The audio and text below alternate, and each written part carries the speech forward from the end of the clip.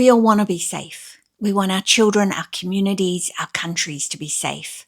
So should we be quarantining the returning passengers and crew from the cruise ship? What about the passengers that got off earlier in St. Helena before we understood that there was a serious outbreak happening? And by quarantining, I'm talking about healthy people who may have been exposed to the hantavirus but don't have symptoms and are not sick. So should these individuals be quarantined?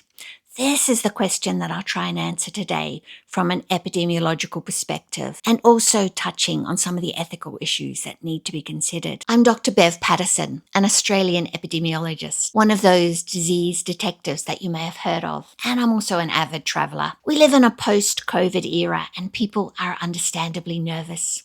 We all feel like we've been here before. No one wants another COVID-type pandemic with lockdowns, social distancing, working from home or not at all. The guidance from WHO is quite clear. Based on the expected incubation period of 1 to 6 weeks, MV Hondius passengers and crew members should quarantine for 42 days from the date of last exposure, which for most passengers would be the date of disembarkation. WHO states that this can be in a designated facility or a home quarantine. This is what the current evidence based on past outbreaks tells us would be good practice. The Andes virus is not COVID or an influenza type virus. It's not nearly as transmissible. It does have a much higher case fatality rate.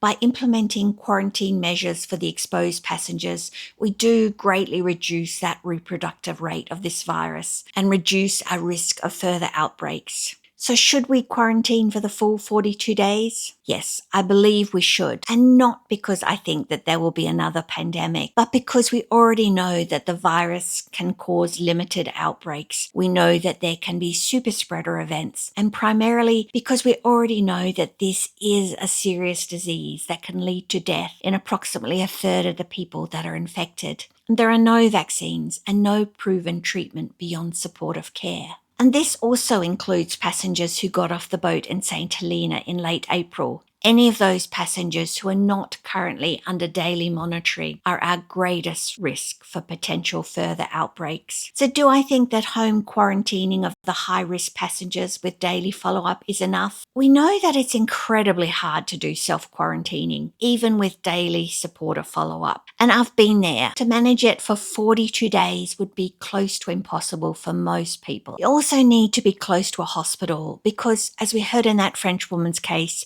you can deteriorate quite quickly. So that's a hard no for me. I think they should be in a designated facility, which I completely acknowledge is going to be very tough for some people.